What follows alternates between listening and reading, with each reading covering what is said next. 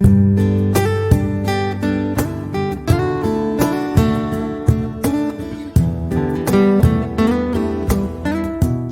welcome once again. Yeah, this is assalaammcommunications. Still your man, Alhassan Hamza Seidu. My friends call me Hamzology, and that is the Hamzology. Well, that's Hamzology for you. If you like, you can call me the humble, noble joker. You know how we do it. We go around, we ask people about the condition of the youth. We are concerned about the life of the youth. And today, as I'm speaking with you, with me here is the communication officer for NDC in the Saboba Constituency. Yes, we will go straight to him. He will introduce himself. Then we'll ask him some few questions. Our question, just like I made mention, is going to be based on the condition of the youth.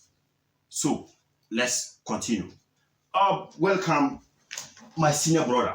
My brother, I'm very fine. Yeah. My people out there will want to know who you are. So just tell us your name, something about you. Very well. My name is Chief Amin Isa. That's how I'm known in the political circles. Okay. I'm a teacher by profession and also the communication director for the National Democratic Congress. In brief, that is Amin Isa. Wonderful.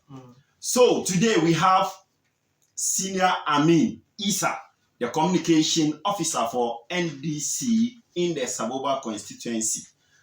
Before I begin, I'll just give him the opportunity to tell us something small about his party, what they have for the youth. So, Senior Amin, what do you have for the youth? What plans do you have for the youth? Starting with. Very well. As you are known, let me first of all say a very big good evening to our cherished viewers. As a matter of fact, the NDC is a youth-centered political party. In the past 2020 elections, we came out with a very fantastic manifesto that would have centered on job creation for the youth. Unfortunately, as we say it in our local palace, God proposes, human proposes, and God disposes. Yeah. And once we are also believers of Allah, we believe that whatever Allah has planned is the best for humans. The National Democratic Congress did not win. But be it as it may, as a political party that believes so much in the youth center, I believe that our candidate, Joseph Bokarenokwe, has done his bit. Although, as an opposition member of parliament, he has been able to implement certain policies that are youth-centered. Okay. First among those youth-centered is that in the past, it becomes difficult when a political party or when an MP emerges. It goes to Accra. Most of them find it difficult to come back to their various communities to say hello to their various constituents that have voted for them.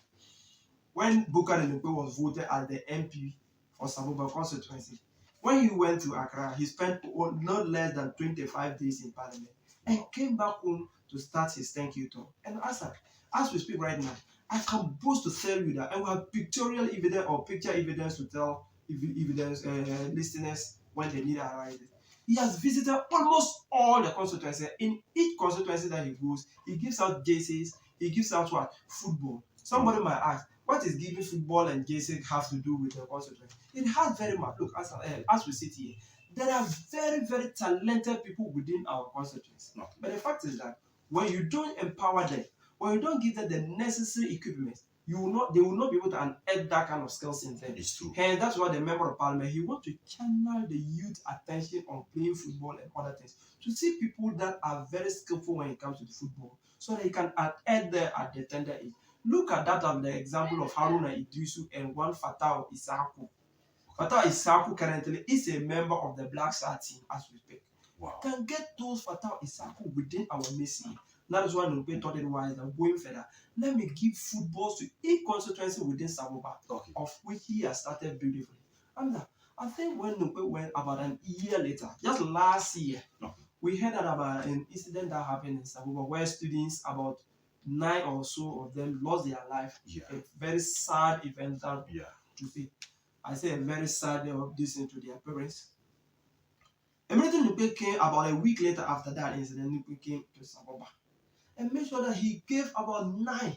After he constructed, he gave 200 life jackets to each of the constituencies, and even donated 20 boats to each of the various communities that are sitting along the waterways. Okay. And with your kind permission, I would like to mention just a brief of them. No problem. We have communities like the Satombo, we have communities like Mwasijun, we have communities like Waju, we have communities like Wambung, we have communities like Kucha, we have communities like Kunjib, we have communities like Kachin, we have communities like Butun, we have communities like Maji, we have communities like Wadul, Kambombu, we have communities like Leyambu, we have communities like Garamata, we have communities like Dimo, we have communities like Palaba, we have communities like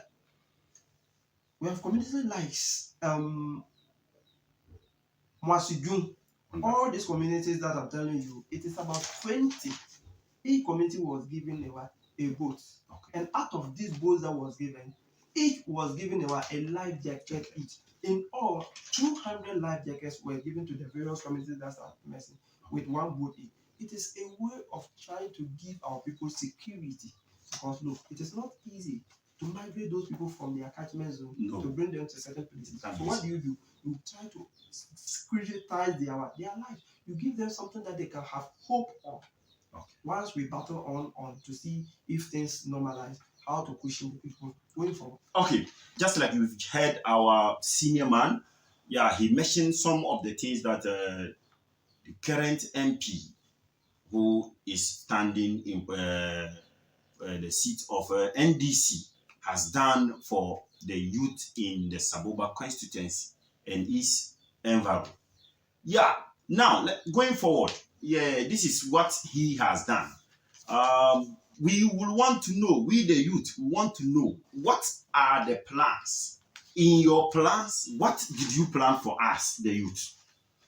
I think a plan for the youth is a very broad one, but I believe you want to ask what the MP has in stock. Yes, for at us. least to cushion the youth, although we are in an economic turbulence. We know most of our youth here, because of the invention of St. Joseph Technical School, most of our youth are into these crafty works. Most of our youth are making, some of them are carpenters. Okay. What the MP intends to do is that he has made up his mind that next year, or within 2023, is going to be a year of what? Construction. Okay. Hence, he has earmarked certain communities to put up educational structures, to put up health structures. And in all these structures that he's going to be built, he's going to need more of the youth into doing those things. Another one that the MP intends to implement is that you have come to realize that Saboba have abundant talents, but because sometimes we have challenge when it comes to what? Infrastructure or infrastructure. So the MP intends to put up a turf, like a very modified football turf, that can help our young ones who are into footballing. Okay. One of the basic things that we know, we are very close to the River T, hence we are very close to Togo. Yeah. Most of our people are into businesses, but in businesses you need capital. Yes. The MP is not saying he's coming to give you a very big sum of money, but at least there's going to be an effort coming from the member of parliament, at least a little token. For that matter, we have started by putting certain identifying people into groups. Currently, we have been able to identify certain individuals who are doing very, very good when it comes to football. Yeah. And for that matter, we have seen the need. Those people need to be brought to Saboba Township. Yes. So that at least with the AstroTurf here, they can polish on their footballing, and then perhaps Saboba can become a hub of what? Footballing grown area. And now, there is one thing that when he was going around doing the campaign, and even coupled with the fact that it is contained in the NDC manifesto, we said youth that are into entrepreneurship, you that want to learn carpentry, you that want to learn machinery, you that want to learn tailoring, you that want to learn welding. All those people, we are looking at plans that we can get masters within the township. So that those people can come here. What the MP want to do is that, assuming if you want to learn the tailoring, he will buy the tailor for you, identify a master, what we used to call the master, whatever the master will be asking for, he will take all the cost. What you need to do is to find yourself an accommodation. Then the rest of the things is taken care of. It is the plans of the member of parliament to do this for next 2023 year. And last but not the least, it is always said that the Kelafie Lewa Dampa, that is in the Konkomba Palace. But when it comes to the English language, it is said that an healthy human being is a healthy nation. The member of parliament intend to initiate like health screening for almost all the constituencies within Saboba, or all the branches within Saboba, to ensure that the good people of Opankwando are healthy enough. At least when we have a healthy society, we can be hopeful that the next generation will be better than what we are currently facing. And all what I'm mentioning, it is a program that I intend to start in January 2023. There's a timeline in all what I'm mentioning. Okay, if I really heard you well, you made mention of your plans in bringing people to come and learn this handiwork. And we know that we the youth, we know that in Ghana, mostly, we believe in certificate. And if you look at Saboba, for instance, most of the handy work masters, most of them, they don't have certificates. So are you telling us that you are bringing people with certificates to come and train them, or what are you, or you are going to give them to those that have no certificate yet but know the work? I want to just know whether you are going to deal with certificate or not. Just as you have said, if you look at most of the masters that are currently, in fact, I will say, if I don't want to be too hypothetical, I will tell you for a fact that one of the best tailor is an illiterate. Wonderful. I would not want to sit on your station here. Yeah, and mention names. No. But the fact is that one of the best tailors in somewhere here is somebody that have never acquired any basic education. Yes. And is doing fantastically well. And I've also mentioned to you that we are going to spot out for individuals who have interest areas in those things. So it does not necessarily mean that perhaps I can even be a teacher and I want to be trained, I want to have a handy skill in some of those things. Such person who will aid you or who will assist you to have a very qualified person to train you. Or perhaps you might also be an educational dropout. Or perhaps you have never acquired any basic education, but you are very skillful to want to learn, or you have interest in learning some of these trades. Who can facilitate in getting you a qualified person to train you in your interest area. The emphasis here is what? In your interest area. So first of all, it will take a youth to identify what his interest area is. Then we will facilitate for you to have a qualified person to train you to unearth that band of interest that you have at a very moderate price. Of which it will be taken care of by the member of parliament. Thank you for hearing this last statement that you have just made mention. I'm very happy to hear that.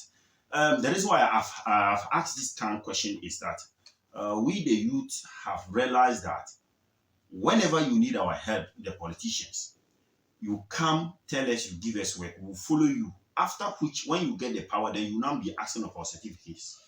It is, I think, it has always been an issue. But as day in, day out, we all begin to wake up to our realization that certificates is not usually the ultimate. There are people that are doing it very big, and yet they've not acquired any basic education. So I think one leads to the other to ignite the truth or whatever in a human being. So I can assure you that there will not be any certificate matter in this whole issue. Wonderful.